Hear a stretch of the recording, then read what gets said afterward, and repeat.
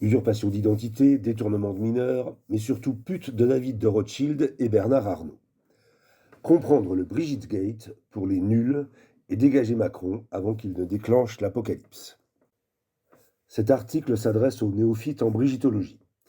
En effet, la parution du numéro 528 de Faits et Documents, évoqué dans notre récent article Usurpation d'identité à l'Élysée, a changé la donne, et il semble que nous soyons entrés dans la phase terminale de l'affaire, qui va aboutir d'ici quelques semaines à sa révélation publique et, espérons-le, au départ du chef de l'étron, qui voulait emmerder les non-vaccinés, et de ce Brigitte, que ce soit par destitution ou par démission. Comme l'a expliqué Xavier Poussard dans ce numéro 528, cela fait des années que l'Élysée, aidé par le bandit Mimi Marchand, qui se charge de l'image de cette couple d'individus étranges, tente de nous embrouiller conformément au théorème de Pasqua. Quand on est emmerdé par une affaire, il faut susciter une affaire dans l'affaire et, si nécessaire, une autre affaire dans l'affaire de l'affaire, jusqu'à ce que personne n'y comprenne plus rien. Lisez bien ce qui est écrit sur cette bombe russe. Attention, cette photo peut être un faux, mais vrai ou faux, son avertissement seul compte. Et cet avertissement est salutaire. Même s'il faut tenir compte des effets d'annonce et de la propagande, il semble que la Russie mène actuellement la danse en ce qui concerne les missiles les plus dangereux et rapides, devant la Chine et les États-Unis. Juste pour info, mais je ne trouve aucune indication sur le rayon d'action, comme dirait Boris Vian. Voilà des mois et des années que j'essaye d'augmenter la portée de ma bombe, et je ne me suis pas rendu compte que la seule chose qui compte, c'est l'endroit où qu'elle tombe. En ce qui concerne le Parisien que je suis, un rayon d'action et une précision de tir de quelques dizaines de mètres autour de l'appartement de fonction de vous savez qui me rassurerait. Faut pas gâcher. Au moment où le porte-flingue, ou plutôt la pute, pour reprendre le mot d'Alain Minc, des milliardaires, veut nous déclencher une guerre avec la Russie, n'est-il pas temps pour nous d'appuyer sur le bouton rouge du Brigitte Gate pour dégager ce dangereux psychopathe? Il y a urgence. À cause de cette opération d'enfumage appuyée par 99% de la presse française aux mains de la mafia, y compris la majorité des prétendus résistants, dont Macron et son détourneur sont les exécutants, nos amis de bonne composition n'y comprennent plus rien. C'est donc de notre responsabilité de leur expliquer en quoi cette affaire n'est pas une simple affaire de transphobie ou pire, de différence d'âge, comme tente de le faire croire la mafia, ou une affaire de corne-cul, comme a tenté Charles Gave, dont on peut se demander pour qui il roule. Il se trouve que je suis une des personnes les mieux placées pour simplifier l'affaire, et cela pour deux raisons. Premièrement, je suis enseignant de culture générale et simplifier est au cœur de la pédagogie, du moins chez un enseignant dont le cœur de métier n'est pas le détournement de mineurs. Deuxièmement, j'ai été le premier en France à relayer l'enquête de Faits et Documents. Dans sa fameuse entrevue d'une durée de 4h30 du vendredi 10 décembre 2021 à 3h22, Natacha Ray évoquait, en l'attribuant en profession gendarme, mon article Brigitte Macron et si c'était un homme, et déclarait avoir été contactée grâce à cet article par plusieurs policiers ou gendarmes qui l'ont félicité et lui ont proposé leur aide. Cet article détient le record historique de nombre de vues sur Profession Gendarme, si l'on additionne ces deux reprises, soit 273 575 vues au 29 février 2024. Et je connais relativement bien le dossier dans ses grandes lignes, mais j'ai toujours refusé de m'immiscer dans les détails de l'enquête que je laisse aux docteurs experts en brigittologie, que ce soit Xavier Poussard, Natacha Ray ou Alain Béran, l'auteur du dossier Précibus, que tout aspirant brigittologue se doit de connaître sur le bout des doigts. Voilà donc l'essentiel en 7 points. Je mets bien les points sur les i, cet article est une simplification, donc cet article est fait d'approximations. Merci d'éviter de l'obscurcir de vos éclaircissements. Assez de blabla, de l'action. 1. Brigitte Macron est transgenre. Brigitte, entre guillemets, est en effet née homme sous le nom de Jean-Michel Trogneux. C'est la partie émergée de l'iceberg, ce que Francis Lalanne, qui partage sa vie avec une femme de 40 ans plus jeune que lui, a bien expliqué dans sa brillante intervention avec Dieudonné le 22 février sur Géopolitique profonde au micro de Mike Borowski. Vous pourrez écouter la vidéo dans l'article en lien. À ce stade, la plupart de nos amis réagissent par un vertueux. Et alors, c'est leur vie privée. Il faut donc les amener à écouter une deuxième fois l'intervention de Lalanne et à comprendre la contradiction entre une promotion tous azimuts de la doctrine de la foi LGBTiste, entre parenthèses nomination d'un ambassadeur LGBT qui ridiculise la France en Afrique notamment, et le refus obstiné d'une personne trans de reconnaître qu'elle est trans, en même temps que l'on explique qu'être trans est un véritable don de Dieu, et en même temps qu'on exige de Gabriel Anal avec succès qu'il se proclame gay urbi et orbi, et sans succès de Borne qu'elle en fasse autant, si l'on en croit cet article de Gala que vous pourrez lire dans l'article en lien. Alors nous avons droit à une deuxième objection. Oui, mais comme les gens sont transphobes, s'ils l'avaient dit, Macron n'aurait pas été élu. Objection facile à rejeter, c'est le deuxième mandat, il n'y en a plus selon la Constitution de troisième possible, donc où est aujourd'hui la crainte de quoi?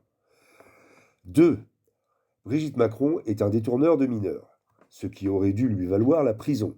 Le passage à l'acte sexuel est daté à l'âge de 15 ans après de nombreuses hésitations au cours de l'enquête, mais même si la majorité sexuelle est fixée à 15 ans, le fait que Brigitte ait été à l'époque un enseignant dans l'établissement fréquenté par le mineur de 15 ans qui elle a détourné, le fait tomber sous le coup de la loi, comme cela ressort de l'article de Wikipédia Brigitte Macron, je cite, leur relation pourrait tomber sous le coup de l'article 227-27 du Code pénal, virgule, qui consacre le délit d'atteinte sexuelle sur mineur, virgule, et qui dispose aujourd'hui qu'un enseignant qui a des relations sexuelles avec un élève mineur âgé de plus de 15 ans encourt jusqu'à 3 ans de prison. Le signataire de cet article est enseignant de lettres lui-même, particulièrement choqué qu'un enseignant criminel qui déshonore la profession soit présenté comme un modèle par les collabos de la Macronie, que ce soit les journalistes, les politiciens ou les syndicats enseignants corrompus. Il est particulièrement choquant de voir ce détourneur de mineurs être systématiquement appelé à s'investir personnellement dans les affaires de l'éducation et à participer à des séances scolaires d'éducation sexuelle ou sur le harcèlement. Début 2021, lors de l'affaire Olivier Duhamel, une enquête officielle visa, je cite, à identifier toute autre victime potentielle et à vérifier l'éventuelle prescription de l'action publique. Quand la justice prend connaissance, même plusieurs dizaines d'années après les faits, d'un détournement de mineurs, n'est-il pas logique de rechercher d'autres victimes potentielles? Au lieu de s'esbaudir sur les enfants Arnaud, voir le point suivant, un journaliste respectueux de la charte de Munich ne devrait-il pas les questionner sur l'attitude de ce prédateur avec les élèves mineurs comme ils ont pu l'observer? 3. Brigitte a pratiqué le détournement de mineurs dans un lycée privé catholique de province. Loin d'en être puni comme on s'y attendrait logiquement, ce prédateur sexuel se voit promu dans le lycée catholique de Paris le plus huppé de France, le lycée Saint-Louis de Gonzague. Cet individu ne semble même pas titulaire de l'agrégation, et l'équipe de Xavier Poussard s'est donné bien du mal pour arriver à trouver trace d'un vague CAPES difficilement obtenu.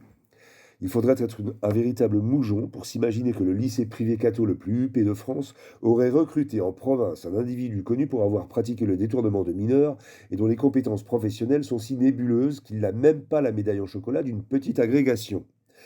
Voyez ce sketch, Les caquets de Mimi Macrel et Jean Brichel, épisode 19, vers la 2e minute. Sur ce point, nous devons vraiment secouer nos amis et les mettre devant la réalité crue. C'est ce type qui veut envoyer nos enfants mourir sur le front russe. Réveillez-vous! 4. Brigitte Macron, enfin Jean-Michel Trogneux, se voit confier comme professeur de français les 3 enfants du second lit de Bernard Arnault, alors crédité par le magazine Capital de 30 malheureux milliards d'euros. Vous croyez sérieusement que l'homme qui était sans doute à l'époque le plus riche client de ce lycée UP n'aurait pas exigé d'avoir pour ses enfants le plus titré des enseignants de lettres du bahut? La légende dorée veut nous faire gober en prime que le dit milliardaire serait devenu ami intime de l'enseignant transgenre, même pas agrégé, qui se serait vu confier la charge non pas d'un seul, mais de ses 3 enfants. L'auteur de ces lignes, professeur de lettres plus titré que l'individu en question, en 34 ans de carrière, a parfois eu 2 enfants de la même famille, jamais 3, et aucun enfant de milliardaire, et très rarement des enfants de parents qui soient devenus des amis intimes. En fait, cela lui est arrivé 3 fois exactement, oui, mais ce n'étaient pas des milliardaires. Ajoutons à cela que ledit Bernard Arnault, devenu donc par hasard ami intime de ce personnage transgenre professeur de lettres et de ses 3 enfants, promut le mari de ce prof dans les torches-culs dont il était l'heureux propriétaire, Le Parisien, Les Échos, etc., pour que le mari devienne chef de l'étron, qui voulait emmerder les non-vaccinés, déclaration historique faite justement dans Le Parisien. Et que depuis l'accession du dit chef de l'étron à la présidence de la République française, le dit Bernard Arnault, qui affiche son amitié avec la couple Macron, est passé de petit milliardaire à 30 milliards au rang d'homme le plus riche du monde selon le magazine Forbes en février 2024. Rien d'étonnant, vraiment. 5. En plus d'être le chihuahua de Bernard Arnault, le mari de Brigitte est le teckel de David de Rothschild. Gaël Giraud a bien expliqué dans cet extrait de Thinkerview le 23 octobre 2022 que le teckel est en fait le porte-flingue de Rothschild en le comparant à un enfant soldat du Congo. Il faut alors revenir au scandale du fonds Marianne, qui a mis en lumière le rôle de premier plan joué par David de Rothschild. Ce banquier pèserait 575 millions d'euros selon Wikipédia, chiffre revu à 725 sur le site de Capital en juin 2023. Il est à la fois l'employeur et le commanditaire de son porte-flingue, Macron, et en même temps, il fut jusqu'en 2023 le président de la Fondation pour la mémoire de la Shoah et d'autres entités de la communauté juive organisée. Et à ce titre, l'employeur de Rudi Reichstadt, autre porte-flingue chargé d'instrumentaliser la Shoah pour diaboliser tout opposant au macronisme. Cache-sexe du rothschildisme. Avec le fric et au nom de la prétendue lutte contre le séparatisme, déployée sous prétexte de l'assassinat du professeur Samuel Paty. La bonne question à poser à nos amis, voisins et collègues juifs, qui eux sont loin de posséder 725 millions, c'est pour quelle raison est-ce précisément ce banquier millionnaire qui a été propulsé à la tête de la Fondation pour la mémoire de la Shoah? Pourquoi pas toi, qui as sans doute aussi des ascendants morts en déportation et qui serait aussi légitime à défendre la mémoire de la Shoah? Peut-on être sûr qu'un homme qui a de tels conflits d'intérêts et des liens si étroits avec les hommes qui dirigent la France soit la personne la plus appropriée pour échapper aux justes soupçons évoqués par Norman Finkelstein? A-t-il été élu par les Juifs de France? Qui l'a choisi? Pourquoi les personnes chargées de parler au nom des Juifs ne seraient-elles pas plutôt des héritiers des victimes populaires de la Shoah? Un rare reportage sur la famille Rothschild, de janvier 2024, à lire entre les lignes, nous montre que le propriétaire du teckel Macron règne aussi sur la City. Dans le très long passage de ce documentaire consacré à l'antisémitisme, on apprend que Éric, le cousin de David et Édouard, qui préside quant à lui le mémorial de la Shoah, aurait, je cite, un membre de sa famille mort dans les camps. Ai-je bien entendu? Si je résume ce que nous apprend ce documentaire, la famille Rothschild préside à la fois le mémorial et la fondation pour la mémoire de la Shoah, alors que cette famille très nombreuse aurait eu un membre mort dans les camps nazis. Toute question serait, bien entendu, antisémite. Le 22 février, l'éphémère première ministre britannique Liz Truss fait une révélation sur le pouvoir de la banque au Royaume-Uni. À écouter avec le lien sur notre article. Notre travail est d'assembler les morceaux de ce puzzle qui ressemble de plus en plus à notre prison. Est-ce que notre ami Moujon commence à se convaincre que c'est leur vie privée est une parade un peu légère face à un tel écheveau concordant de faits inquiétants? La bête de l'événement n'est-elle pas en train de se rapprocher dangereusement? Voici une photo de Jean-Michel Trogneux dans son meilleur rôle de première dame de France, rasé de près et maquillé à la truelle. 6. Choupinet et son détourneur font un métier de pute selon Alain Minck. DRH officieux et ami de David de Rothschild qui le déclare sans embâche dans cette vidéo fameuse. Ce qu'il y a de bien dans cette mafia qui nous dirige, c'est qu'ils mettent un point d'honneur à nous dire les yeux dans les yeux à quel point et comment ils nous chient dessus. Reste à nous les lanceurs d'alerte de réveiller les moujons en les baffant comme s'ils avaient fait une syncope. Alors à la façon du baron de Nucingen dans Splendeur et misère des courtisanes, David et Bernard arrosent leurs petites putes de cadeaux pour les faire avancer dans la société. La pute, je cite M. Alain Minck, Choupinet, reçoit des magnums de vin de Rothschild pour sa sauterie à Versailles, généreusement offert par son protecteur. Cela nous est expliqué par les journaputes de Libération qui savent ce qu'investigation veut dire. Quant à la pute, je cite M. Alain Minck, Jean-Michel Trogneux, elle est généreusement et gracieusement habillée par son protecteur LVMH, c'est-à-dire par le parent d'élève des 3 enfants dont Thiel a été le professeur de français. Toute putain ne se doit-elle pas d'afficher les couleurs de son proxénète? 7. Il faut lire Faits, documents et Précibus et écouter Xavier Poussard dans ses rares entrevues pour comprendre les intrications étonnantes entre Jean-Michel Trogneux, qu'on nous présente frauduleusement comme épouse du président, et Bernard Arnault et David de Rothschild, qui sont en train d'opérer avec leurs amis milliardaires une prédation unique dans l'histoire de l'humanité, avec les crises qu'ils inventent de toutes pièces à l'aide des scientifiques, journalistes et politiciens qu'ils corrompent ou promeuvent. Le covidisme et la prétendue crise climatique sont le prétexte de la ruine de nombreuses entreprises et de notre ruine individuelle. Nous ne pouvons plus nous loger ni nous déplacer en voiture à cause des lois qu'ils nous imposent pendant qu'eux se déplacent de château en jet privé. Christian Combaz, de Campagnol TV, a synthétisé le danger pressant que représente Macron avec une autre image que celle de Gaël Giraud. C'est le pilote de la Germanwings.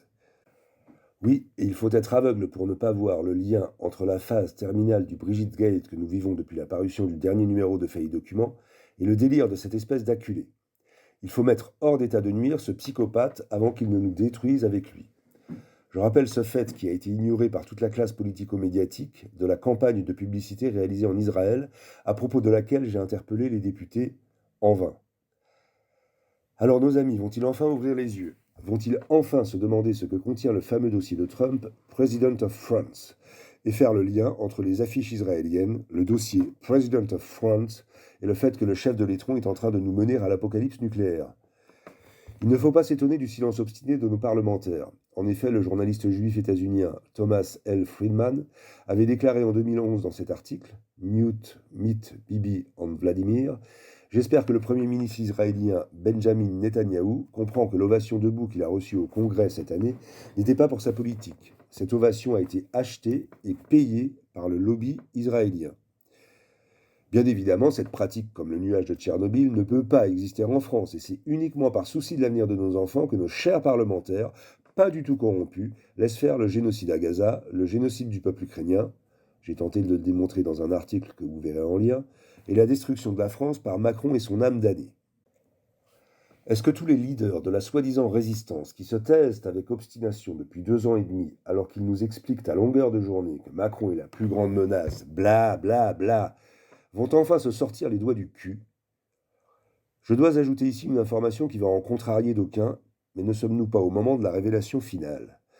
Comme je l'ai expliqué dans mon article Lettre ouverte à nos amis résistants complotistes, si une bonne part de nos amis les grenouilles à grande gueule, vedettes de la résistance, ferment leur grande gueule sur l'affaire qui peut faire tomber ce danger imminent pour la France, c'est parce que toute prise de position publique sur le Brigitte Gate a une conséquence fâcheuse: l'impossibilité d'être invité dans l'émission du principal contrôleur d'opposition en France, selon le mot de Xavier Poussard qui lui a consacré le numéro 516 de Faits et Documents, André Berkoff. André Berkoff n'a pas du tout apprécié ce numéro, et par conséquent ne dira pas un mot du scandale porté par le journaliste qui a révélé sa vraie nature. André Berkoff n'a rien à se reprocher, il est juste un militant passionné de la communauté juive organisée, fervent soutien du sionisme. C'est son droit le plus absolu et je respecte ce droit qui relève de la liberté d'opinion. Mais là où il est profondément malhonnête intellectuellement, c'est quand il relaie à longueur d'émission la propagande néocon à propos du méchant communautariste musulman, sans jamais évoquer ses liens d'intérêt avec le gentil communautarisme juif. Toutes les personnes qui prétendent ne pas oser aborder le Brigitte Gate pour leur sécurité personnelle sont des menteurs et des couards. La preuve, Mike Borowski, Éric Véreg, moi-même, Alain Béran, Christian Combaz, Karine Duberner, Ronald Guillaumont, Maura Delattable, Chloé Framery, Dr Al-Ouest et de nombreux autres sont aux dernières nouvelles toujours cliniquement vivants. Sans parler de Xavier Poussard, Natacha Ray et Amandine Roy qui certes sont bien emmerdés mais n'ont pas encore été assassinés. Il est fort possible que le livre à paraître le 22 mars prochain signé Emmanuel Anison, grand reporter à l'Obs, L'affaire Madame, sous-titré Le jour où la première dame est devenue un homme, anatomie d'une fake news, change la donne. Même si le sous-titre peut laisser songeur, le fait que ce soit une journaliste autorisée, comme dirait Coluche, va peut-être entraîner à la 11e heure un courageux retournement chez nos pusillanimes amis résistants qui vont prendre la première place en jouant des coudes sur la barricade pour nous repousser loin derrière avec des «Je l'avais bien dit». En attendant, n'attendons rien de ces vedettes de la résistance. C'est à chaque personne qui lira cet article de sortir de sa bulle et de se faire témoin de Jéhovah pour réveiller un moujon, puis un autre moujon, un troisième, mais surtout pas pour s'endormir. Encore une fois, comme je le répète depuis 2 octobre 2021, ce scandale doit entraîner la destitution du chef de l'Étron et la disparition de son complice. Nous savons bien que David et Bernard ont dans leur large manche d'autres caniches prêts à prendre la place, mais du moins aurons-nous contribué au réveil d'une partie de la population. Rome ne s'est pas faite en un jour. Voici les adresses en lien dans l'article de tous les parlementaires de l'Assemblée et du Sénat. À vous de jouer si vous le souhaitez. Pour info, mon dernier envoi à toute la liste du dimanche 25 février dernier ne m'a valu aucune réponse débile du type «Mais non, voyons, ce sont des racontards d'extrême droiteux», mais au contraire, Faits et Documents, avec qui je suis en contact, m'a fait savoir qu'il a été contacté depuis l'Assemblée. Au terme de l'article, je dois à nouveau mettre en garde les lecteurs contre les messages de trolls stipendiés par l'Élysée qui vont inévitablement essayer de détourner votre attention du contenu de l'article par différents moyens, que ce soit revenir encore et toujours sur certains détails, si possible les plus saugrenus de l'affaire, ou bien évoquer un, deux, trois, 10 autres scandales qui pourraient tout aussi bien entraîner la destitution, ou plus simplement noyer les commentaires sous des charretées de commentaires totalement hors sujet, etc. Vous pouvez vous abonner à ma chaîne Odyssée et à mon fil Telegram. Oh, Brigitte, that is a man. She's got balls, that is a man. That is a man. She's got balls, that is a man. Oh, Brigitte, that is a man.